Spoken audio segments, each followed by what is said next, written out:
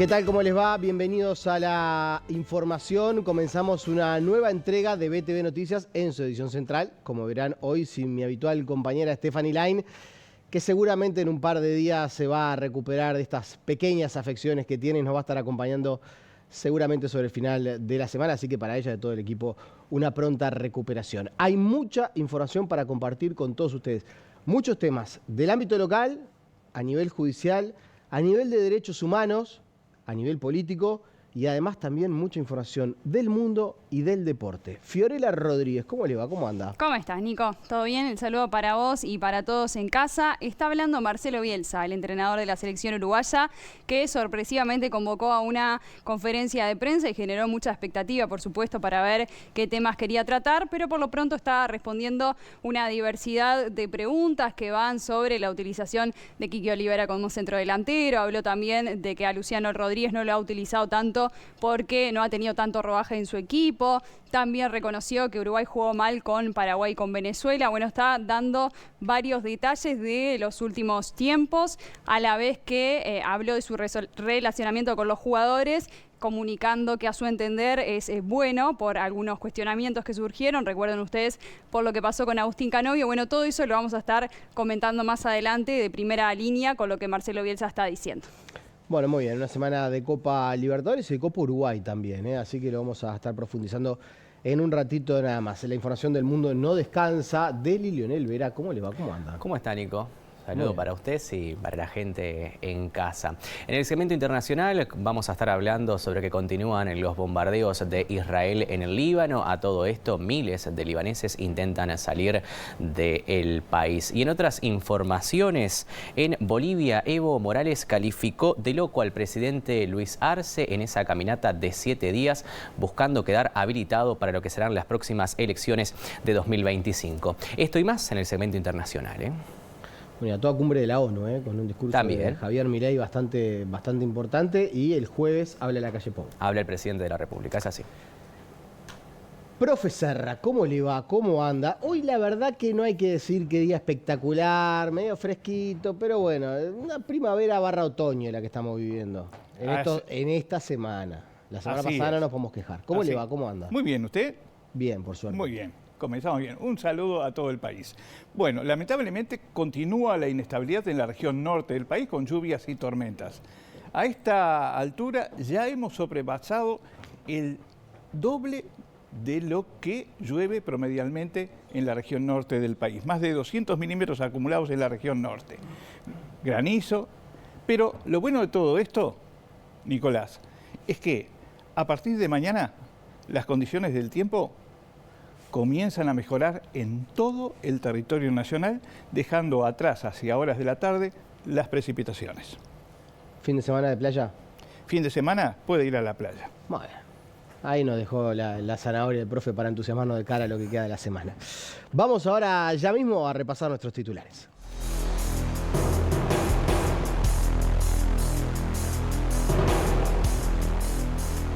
La Fiscalía confirmó que los restos hallados en el batallón 14 el pasado 30 de julio pertenecen a Luis Eduardo Arigó, militante del Partido Comunista, desaparecido en el año 1977 cuando tenía 51 años. El ex senador Gustavo Penades y el ex docente de historia Sebastián Movesín continuarán en prisión preventiva hasta el próximo 6 de febrero.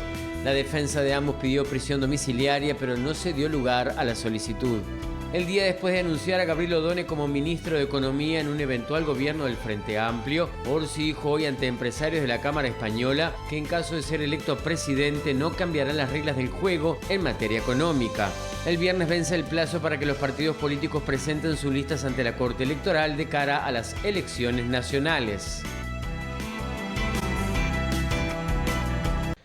Luis Eduardo Arigón Castel fue secuestrado de su casa en el barrio de La Blanqueada en el año 1977. Vamos a repasar un perfil de este último desaparecido en dictadura identificado aquí en nuestro país.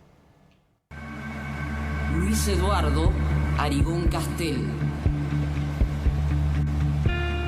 Luis Eduardo Arigón Castel, alias Ignacio, nació el 18 de febrero de 1926 en Montevideo. Estaba casado, tenía 2 hijas y era empleado de una librería, la Galería del Notariado, y traductor internacional Book Service. Su militancia gremial como dirigente de la Federación Uruguaya de Empleados del Comercio e Industrias, así como la Convención Nacional de Trabajadores, la fue sorteando con su militancia política en el Partido Comunista, en tiempos donde las libertades sindicales y políticas cada vez eran menos. Luego de concretarse el golpe de Estado y de instalarse la dictadura en Uruguay, pasó a ser secretario del regional número 5 del partido en la clandestinidad. El 1 de mayo de 1977, Arigón fue detenido por el Departamento de la Dirección Nacional de Información e Inteligencia en el marco de un operativo para desmantelar la agrupación del Partido Comunista que funcionaba en UTE, siendo dejado en libertad el 4 de mayo de dicho año.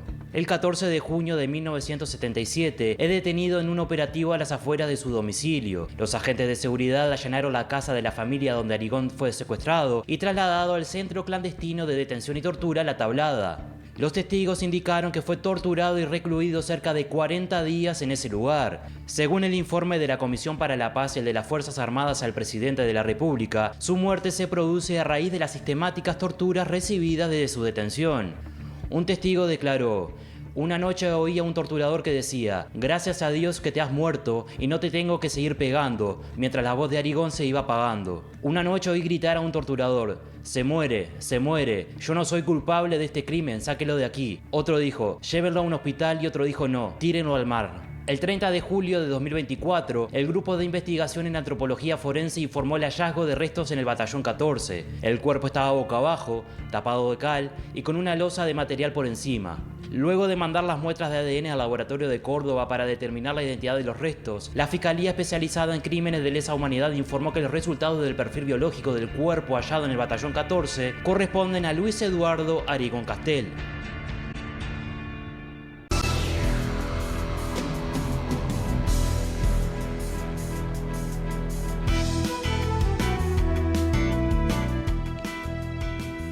Seguimos con información del ámbito político. Yamandu Orsi disertó hoy en el almuerzo de la Cámara de Comercio Española.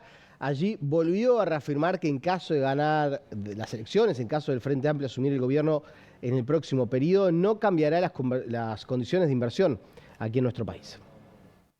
Uruguay funciona, es un país que funciona. Porque alguien me lo dijo así, yo no me quedé pensando. Y nuestro compromiso es que va a seguir funcionando y tiene que funcionar mejor. Por eso estamos en un partido político que hace oposición y nuestro objetivo es que funcione mejor.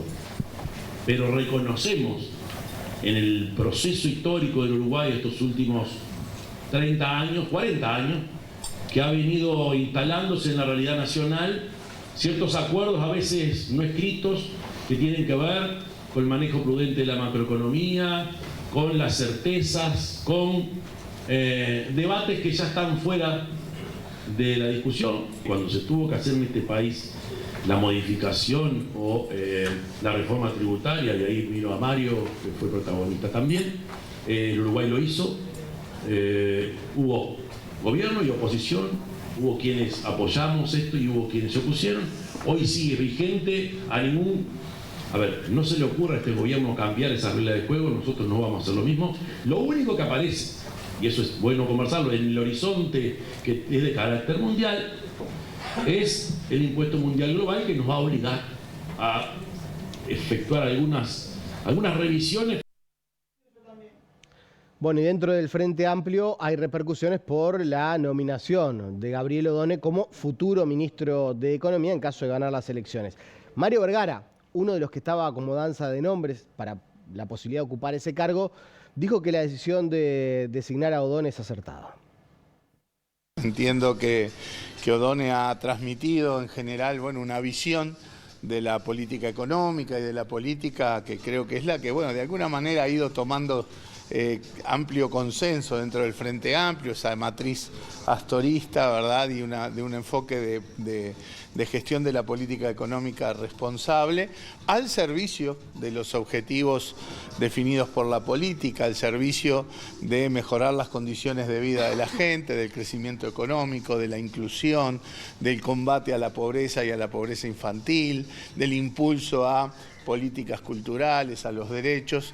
Creo que es una decisión acertada y que bueno, va a tener los desafíos, como él mismo planteó, de recibir un panorama fiscal comprometido, levemente peor del 2019, que las propias autoridades actuales de gobierno decían que era un panorama muy malo. Bueno, este panorama fiscal que el próximo gobierno va a recibir es levemente peor a ese. Bueno, y desde el Partido Nacional, quien podría llegar a ser el ministro de Economía en caso de que gane Álvaro Delgado en las elecciones, Diego Labat, coincidió con Odón en que no es inocuo si se aprueba o no el plebiscito de la reforma de la Seguridad Social, aunque fue más tajante al decir que en realidad se trata del día y la noche para nuestro país. Labat además se mostró afín a debatir con el Frente Amplio sobre temas económicos. Nosotros estamos convencidos que hay dos modelos de país, hay dos modelos económicos claramente distintos y esto nos va a permitir contrastar propuestas y contrastar. Y lo que veníamos insistiendo nosotros es, bueno, ¿qué piensa cada uno en cada uno de los temas que entendemos que son bien relevantes? Nosotros decimos no más impuestos, hoy el Frente está diciendo más impuestos, aumentar la carga tributaria y sobre todo pensando impuesto a la renta, impuesto al patrimonio. Tenemos claramente diferencias con la postura del plebiscito. Nosotros decimos que vamos a cuidar los incentivos para la inversión. El Frente está planteando, por ejemplo, revisar los incentivos a las empresas de tecnología. Eso, por ejemplo, a mí me hace pensar cómo la inversión en tecnología se va a sostener en todo este tiempo. Entonces, creo que es una buena cosa para contratar propuestas y de alguna manera aclarar y que la ciudadanía tenga un panorama más claro de las perspectivas y de los proyectos de país que cada uno plantea.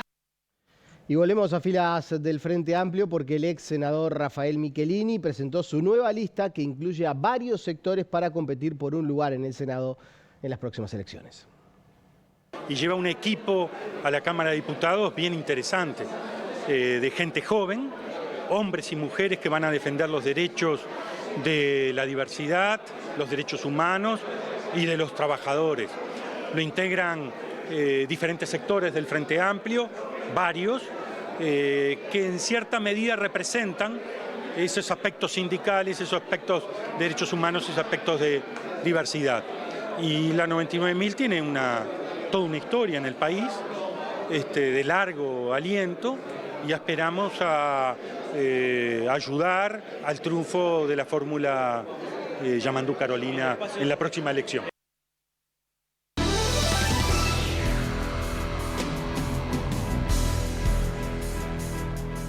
Como le gusta decir al señor Denis Leonel Vera, abrimos la ventana del mundo. ¿Cómo le va? Muy bien, es así. Comenzamos con el repaso de las noticias más destacadas a nivel internacional. Les contamos que Israel volvió a bombardear el Líbano en las últimas horas. Los muertos ya superan los 500.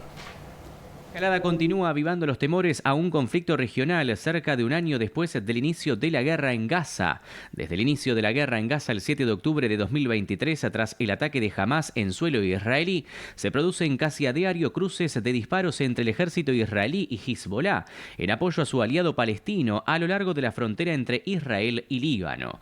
Pero el lunes se produjo la jornada más mortífera cuando Israel bombardeó unos 1.600 objetivos terroristas en el sur del Líbano y en el valle de Bekaa, en el este, bastiones de Hezbollah. Al menos 558 personas murieron en esos ataques, entre ellas 50 niños y 94 mujeres, y cerca de 1.900 personas resultaron heridas, según un nuevo balance difundido el martes por el Ministerio de Salud libanés. El ejército israelí aseguró que un gran número de miembros de la milicia pro-iraní murieron en esos bombardeos. Este martes, las tropas israelíes volvieron a bombardear decenas de objetivos de Hezbollah en numerosas áreas en el sur del Líbano, entre ellos infraestructuras y armamento del movimiento chiita, indicó en un comunicado castrense. Bueno, y a todo esto, los libaneses se agolpan para salir del país en el único aeropuerto del Líbano.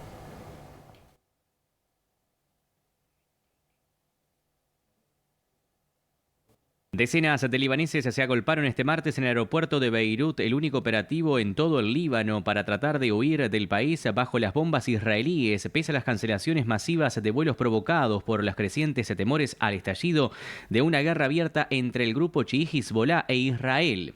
Decenas de familias libaneses y otros residentes del Líbano aguardan junto a sus maletas delante de la terminal de salidas del aeropuerto de Beirut, que en las últimas horas ha anunciado la cancelación de más de una cuarentena de vuelos que debían llegar o salir este martes de la capital libanesa. Y es que este pequeño aeropuerto es la principal vía de escape del Líbano, un país que hace frontera con Israel en el sur y con Siria en el norte y el este. En medio de la escalada, el gobierno libanés ha anunciado el cierre de los colegios hasta el fin de semana, una medida que podría extenderse si la violencia no remite. Viajamos ahora hacia Nueva York, en Estados Unidos. Fuertes críticas del presidente argentino Milei a lo que es la cumbre de la ONU. Dijo, pasamos de una organización que perseguía la paz a una que impone una agenda ideológica.